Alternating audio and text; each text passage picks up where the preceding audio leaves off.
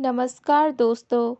कई बार हम जल्दबाजी में शॉर्टकट रास्ता चुन लेते हैं और वो कभी सही होती है तो कभी गलत। वैसा ही एक लड़के के साथ होता है। जल्दबाजी में वो भी गलत फैसला ले लेता है जिसका उसे ज़िंदगी भर अफसोस रहेगा। तो कहानी कुछ इस प्रकार है। रात का समय था। घड़ी में रात के 11 बज रहे थे। विशाल अपनी बाइक पर अपने दोस्त रोहित के घर से लौट रहा था। सर्दियों की ठंडी रात और कोहरे का मौसम। रास्ता कुछ साफ नज़र नहीं आ रहा था। विशाल को जल्दी घर पहुंचना था क्योंकि उसकी मां ने उसे देर रात तक बाहर रहने से मना किया था। विशाल ने जैसे ही हाईवे का रास्ता छोड़ा, उसने देखा कि गांव के पास से होकर जाने वाले रास्ता, जो कि शॉर्टकट था, शॉर्टकट रास्ता हमेशा खाली रहता था। वह अक्सर इस रास्ते से नहीं जाता था, लेकिन समय बचाने के लिए उसने शॉर्टकट का रास्ता पकड़ लिया। वह यह नहीं जानता था कि यह गलती उसकी ज़िंदगी की सबसे डरावनी अनुभव बन जाएगी। जैसे ही वह शॉर्टकट के रास्ते पर आया, चारों तरफ अंधेरा था। केवल उसकी बाइक की हेडलाइट से ही कुछ दूरी तक का रास्ता दिख रहा था। रास्ता सुनसान था।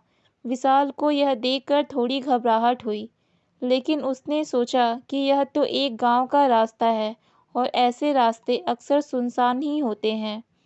थोड़ी देर बाद विशाल को एहसास हुआ कि यह रास्ता जितना छोटा लग रहा था, उतना नहीं था।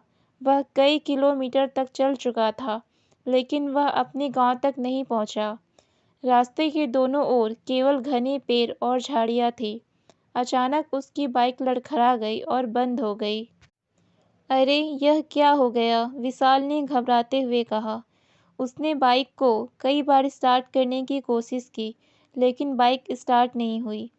उसी समय हवा का तेज झोंका आया और विशाल ने महसूस किया कि आसपास का माहौल अचानक से भारी और डरावना हो गया है।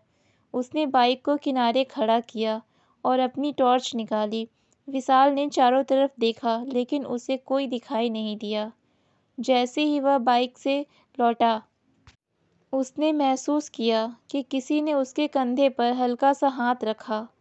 वह तेजी से पीछे मुड़ा, लेकिन वहाँ कोई नहीं था। उसकी सांसें तेज हो गई। वह जैसे ही अपनी बाइक को धक्का देने लगा, उसने देखा कि सड़क के किनारे एक औरत सफ़ेद साड़ी में खड़ी थी। उसका चेहरा नीचे झुका हुआ था और उसके लंबे बाल उसकी आंखों को ढक रहे थे। कौन हैं आप? विशाल ने हिम्मत करके पूछा। औरत ने धीरे-धीरे अपना सिर उठाया। उसकी आंखें पूरी तरह से सफ़ेद थीं और उसका चेहरा बेहद डरावना था। विशाल के पैर कांपने लगे। उसने डर के मारे बाइक छोड़ दी और वहां से भागने की कोशिश की। भागते-भागते उसे महसूस हुआ कि वह जहां से भी भाग रहा था, वह औरत बार-बार उसके सामने आ रही थी। वह चीखते हुए गिर पड़ा। मुझे छोड़ दो, मैंने तुम्हारा क्या बिगाड़ा है? औरत ने अपनी डरावनी आवाज़ में कहा, यह रास्ता गलत है। जो भी इस रास्ते पर आता है, वह यहाँ से वापस नहीं जा पाता। विशाल का चेहरा सफ़ेद पड़ गया। उसे समझ में नहीं आ रहा था कि वह क्या करे। तभी उसने दूर एक रोशनी देखी। उसे लगा कि शायद वह बच सकता है। उसने पूरी ताकत लगाकर उस रोशनी की ओर दौड़ना शुरू किया। जब वह रोशनी के पास पहुंचा, तो उसने देखा कि वहां एक बेहद पुराना मंदिर था। मंदिर के अंदर जलती हुई दीपक की लौ ने विशाल को कुछ हिम्मत दी। उसने मंदिर के अंदर घुसकर दरवाज़ा बंद कर लिया।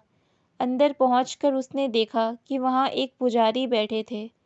पुजारी ने उसे घबराते हुए पूछा, क्या हुआ बेटा? तुम इतनी तेज दौड़ के हाँफते हुए क्यों आ रहे हो और इतने घबराए हुए क्यों हो? इतने डर क्यों रहे हो तुम? विशाल ने हाँफते हुए पूरी घटना सुनाई। पुजारी ने गहरी सांस लेते हुए कहा, तुमने उस रास्ते पर जाने की गलती की है। वह रास्ता शापित है। वहाँ कई साल पहले एक औरत का मर्डर हुआ था। उसकी आत्मा आज भी भटक रही है और वह हर उस इंसान को सजा देती है जो उस रास्ते पर जाता है।